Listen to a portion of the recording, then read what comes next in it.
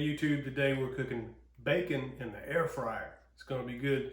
So watch the special twist we do at the end to make a special kind of bacon. Let's get started. Air fryer, preheat it. We're going to do about 10 minutes at 380 degrees. So let's pop in some bacon. And we've got a little trade secret going on here inside this air fryer to help catch some of this grease. Check it out. We got a coffee filter.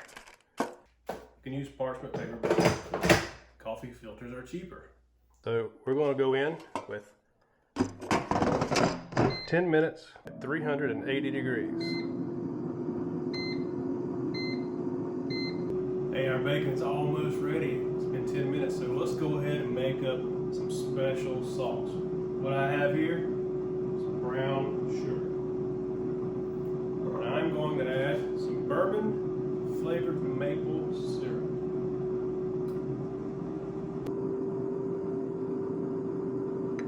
Oh, that looks delicious. And then a secret ingredient, we're going to put in a little bit of red pepper flakes. Give it a little kick. Now, let's give it a stir. It's a beautiful glaze. Let's see how our bacon's doing. And we're going to put it back in for another 1 to 2 minutes.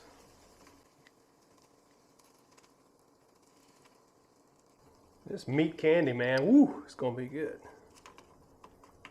We only want to do about 2 more minutes, just to get that glaze nice and sticky. Then it should crisp up extra nice. We'll put it on the cooling rack right here and try our best to let it cool before we do munching on it. It's going to be meat candy. All right, our 2 minutes are up. Let's pull out this candied bacon and put it on the cooling rack and see how it turns out. Ooh, isn't that pretty? Now I'm going to tell you what most people don't know you can do with this kind of candied bacon. You can put this as a garnish in your old-fashioned or your bourbon. It is absolutely gorgeous. Look at that. You see how beautiful that glaze is? Now, I'm taking my own advice and I'm going to garnish some bourbon old-fashioned right here, just like that. Ooh, that's gonna be yummy. Let's do a taste test.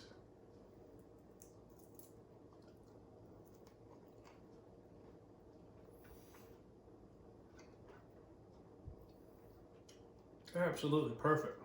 Salty, sweet. That red pepper flake gives a nice kick. You gotta give this a try. Hey, type in the comments and let us know how you like your bacon.